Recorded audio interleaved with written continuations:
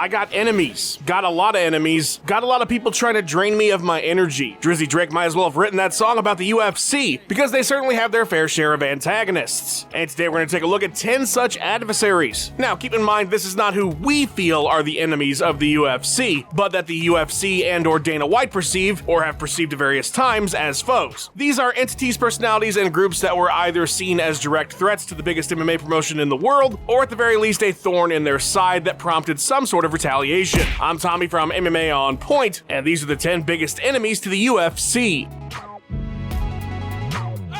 Number 10, Darren Revel. We'll start with a feud I have to admit makes me laugh. Darren Revel's made a career of being contentious and a bit unlikable to sports fans. It's not to say that he does bad work, although some of his takes are pretty rough, but the sports business analyst has been doing this for a very long time and has worked for some pretty major publications, ESPN, CNBC, what have you. Revel has covered MMA quite a bit over the years, even interviewing Dana White in the past. Where things went south was when Darren broke the story that the UFC was looking to sell back in May of 2016, a report that Dana immediately denied. Then in July, when it turned out to be true, Revel reported on the difficulties going on in finalizing the deal, again something White was not very happy about. He even tweeted that Revel was a total douche and would talk about anything to stay employed. It was Darren's take on Amanda Nunes and the UFC's early attempts to work through the pandemic, though, that would really heat things up. Revel's position was that Nunes defeating the likes of Ronda Rousey and Cyborg was horrible for the UFC, as she was nowhere near as marketable as a fighter, and as such the promotion lost a ton of money. Dipshit Darren Revel said that Amanda Nunes, we were screwed, she could never be a star, and all these other things. White on several occasions during press conferences fired back, hilariously acting as if he couldn't remember Revel's name, and then going on to talk about how he knows nothing about the sport. I know the dipshit there. What's his name? The dipshit that thinks he knows about this business. Revel, Darren Revel, yeah. Dipshit Darren Revel. I honestly hope this one never ends. Number 9, Oscar De La Hoya. Over the years, there have been a number of rival promoters to the UFC, but most of them weren't particularly contentious, more so just trying to occupy the same space. Bjorn Rebney, Scott Coker, maybe Gary Shaw was seen as a real threat and enemy during his brief time with Elite XC. More so than any of them, though, it was Oscar De La Hoya who would end up being an adversary to the UFC, and particularly Dana White, over a promotion that I have no doubt the brass at Endeavor were not worried about in the slightest. Oscar's been a successful boxing promoter under the Golden Boy brand and was a big critic of the Mayweather-McGregor boxing match. So a year later in 2018, he decided to expand Golden Boy into mixed martial arts. That in and of itself would not draw the ire of the combat sports leader, but De La Hoya went on a media blitz and went in on the UFC's practices. Just about the business. About how fighters are just coming up to me and saying, look, we don't get paid enough. How they treat their fighters, Dana as a person. He was on like ESPN too, so this wasn't just some local radio ads. In turn, White himself went on a verbal campaign. The guy's a liar. He's lying about the amount of buys he did. He doesn't run the business. He knows nothing about the business. He knows nothing about the sport, and he's not very bright. To absolutely sabotage their first and what would turn out to be only show, which was being headlined by Tito Ortiz and a 48-year-old Chuck Liddell who hadn't fought in 8 years, something that pissed Dana off given his relationship with the Iceman. The resulting war of words would lead to some of White's most brutal takedowns. The show was bound to fail anyway, but it didn't help that Dana went full scorched earth on it in the lead up to the event. Safe to say he and Oscar won't be riding a tandem bike anytime soon. Number 8, Jake Paul. Look, when you make a whole music video to talk shit to Dana White, I mean, how could you not be on this list? Do you know how many people it takes to make a music video? That's like 100 people working on a pet project just to tell Dana White, fuck you. The simulation is truly breaking down. So yeah, the Vine star turned YouTube rapper turned boxing special attraction turned, I guess he's going for savior of mixed martial arts now, Jake Joseph Paul, is definitely considered by the UFC an enemy at this point. The fighter pay needs to increase, and so I've said that, if I win, then Dana has to increase the minimum fighter pay. Not only has he been constantly talking about Dana White himself, Paul has been regularly bringing up fighter pay issues, even going so far as to claim he is making some sort of fighters union. He even bizarrely invested in Endeavor as a way to apparently gain influence over the parent company of the UFC to enact change. I don't have anywhere near enough time to explain to you why that's entirely nonsense, but trust me or go find my tweets about it. Anyway, with such a high profile online, KOing former UFC stars, and his persistent talk about Dana and how fighters are being treated, it's safe to say the promotion isn't the biggest fan of Mr. Jake. I fucking guarantee you this. You ain't gonna see Jake Paul calling Anderson Silva out. That I fucking promise you. Despite numerous attempts to get some of the UFC's most high-profile fighters in bouts with him, thus far Paul has been unsuccessful, and I'm guessing given his approach, there's never going to be a positive relationship with the UFC that would allow such a crossover event. Number 7. Floyd Mayweather. Remember in the build-up to the Maymack fight when Floyd was talking about how Dana carried his bags? That was actually true. When White first got to Vegas as an adult, he was briefly associated with Mayweather's camp, even getting the young fighter to wear a boxing apparel brand he'd created for his first few fights. Then of course the two went their separate ways, only to clash again over the years as the UFC became prominent, as did Dana. In 2009, the UFC ran a pay-per-view against Mayweather's return to the ring after a near 2-year layoff. When asked about the sport during Fight Week, Floyd did not pull any punches. It takes true skills to be in the sport of boxing. And mixed martial art is for beer drinkers. Boxing is for everybody. This is you can't take my shoes off and take my shirt off and just throw me in a cage. You do that with animals. Mayweather went on to imply that white people made mixed martial arts because they couldn't succeed in boxing. A few years later in 2012, after Floyd made some disparaging comments about basketball star Jeremy Lin, Dana White took to Fox Sports to lay into Mayweather a bit. First of all, what he said I think is racist. He's made a couple of racist comments, and yes, Floyd, you're racist, you knucklehead, okay? Second of all, the other thing you said Manny Pacquiao should go make some sushi somewhere. Sushi's from Japan. He's from the Philippines, dummy. And I know that I speak for millions and millions of other people. Shut up and make the fight, Floyd. This prompted a response from Floyd's manager, who said Dana needs to shut the fuck up and mind his own business, stay in his own lane, and keep taking advantage of the UFC fighters while underpaying them. A few years later, they squashed the beef and made $1 bazillion together for Maymack. Number 6. ESPN. The worldwide leader in sports couldn't be happier to be partnered with the UFC these days. They're as thick as thieves. Who would have thought the House of Mouse and cage fighting would mix? But ESPN hasn't always been a friend to the sport. Actually, the vast majority of mainstream MMA coverage before around 2008 was either downright condemnation as barbarism, a fascination with the type of person that would even watch mixed martial arts, a focus solely on the spectacle of violence, or it was negative by omission, entirely ignoring the sport despite its growing popularity in the early 2000s. ESPN didn't truly give MMA a shake until it could see the popular tides turning following the tough boom. For the longest time, MMA didn't even have its own tab on their website.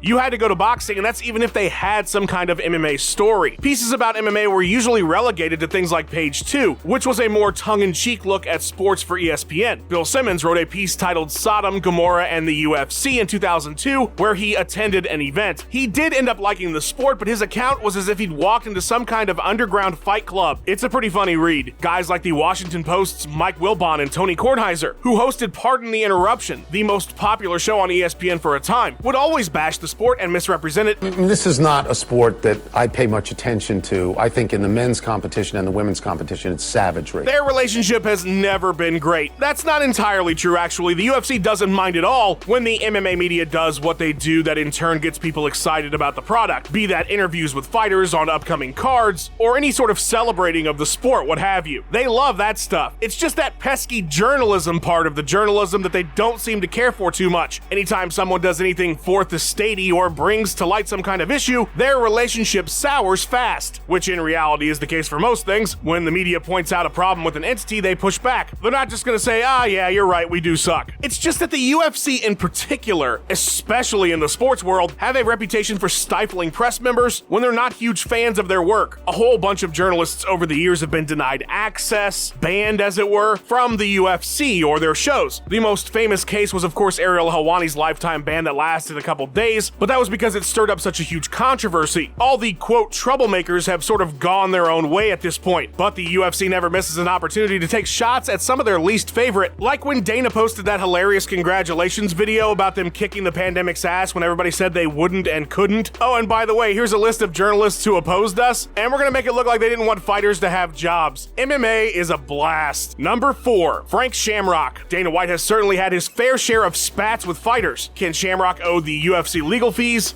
Ken Shamrock owes me $175,000. And I'm coming for it, Ken. I'm coming for the fucking money, you piece of shit. He and Tito almost threw down in a boxing match. Randy Couture has been banned for life from the promotion. But of all the fighters who could have made this list, perhaps Frank Shamrock is the best example. Things started right after Shamrock retired under the old UFC regime, and then Zuffa took over. I have no business with those people, and I have no intention of doing business with those people. Apparently some meetings were had, but things did not go well, and ever since, the two parties have been mortal enemies, going back and forth in interviews such as this gem from Dana White. Frank Shamrock is an irrelevant jackass, okay? You're a two-faced lion chump. That's what you are, Frank Shamrock. What have you done for mixed martial arts in the last 10 years? What have you done? You haven't done anything. You're just a liar and a guy who's trying to keep himself relevant. I don't want to work with a douchebag like him. He's a two-faced liar. I can't stand the guy. He's a phony. Yeah, no Christmas cards from Dana at the Shamrock household. Frank would lend the credibility of his legendary career to the likes of the WEC in their early days and go on to be a huge part of Strikeforce's initial success, main eventing their first show and having a great feud with Nick Diaz. Things got so bad between the UFC and Frank that his gym changed their name to American Kickboxing Academy, so it was easier for fighters to get booked. Both sides have alleged some pretty nasty stuff about each other over the years, and this whole thing is probably why you're never going to see Frank Shamrock in the UFC Hall of Fame, even though he clearly belongs. At least not as long as Dana White is still involved with the promotion. Number 3, Bob Arum. UFC are a bunch of skinhead white guys watching people in the ring who are also look like skinhead white guys. 90% of the people in the audience wear tattoos. It's horrible. Guys rolling around like homosexuals on the ground. I mean, it is not a sport that shows great talent. Jesus, Bob, why don't you tell us how you really feel about mixed martial arts? That was, of course, longtime boxing promoter Bob Arum, and yeah, he and the UFC haven't ever really gotten along. That interview is from 2009 when MMA was really booming. Despite Arum's claim to believe that the MMA audience didn't share boxings, I'm sure he, as well as the rest of the sport, saw the UFC as a threat to business, whether they wanted to admit it or not, especially around that time. He and Dana White have had their fair share of comments about each other over the years. White recently joked that you could probably write up 10 full pages of quotes from him about his disdain for Bob Arum. I'm not sure you could do the same for the boxing promoter about DFW, but he certainly hasn't been shy about taking shots at Dana or the UFC's business practices. We beat the pants off them, not only just overall rating, but the demographics that everybody is looking for. While this whole boxing versus MMA thing eventually died down a bit in terms of this belief that one would replace the other, it hasn't changed how Arum and White feel about each other. They're still butting heads to this day. In fact, a rant Dana had about Arum was recently used by Terrence Crawford in a lawsuit he's filed against the boxing promoter. Let's just play a quick snippet of that one. Bob Arum is a piece of fucking shit. Yeah, so as you can see, no love lost between these two still. Number 2, John McCain. From enemy to savior. John McCain's legacy in MMA is an interesting one. In 1997, he was the villain of all villains to the UFC and US mixed martial arts as a whole. A huge boxing fan, in 96, the senator from Arizona finally caught wind of this whole UFC thing, and man, he was not happy about it. So brutal that it nauseates people.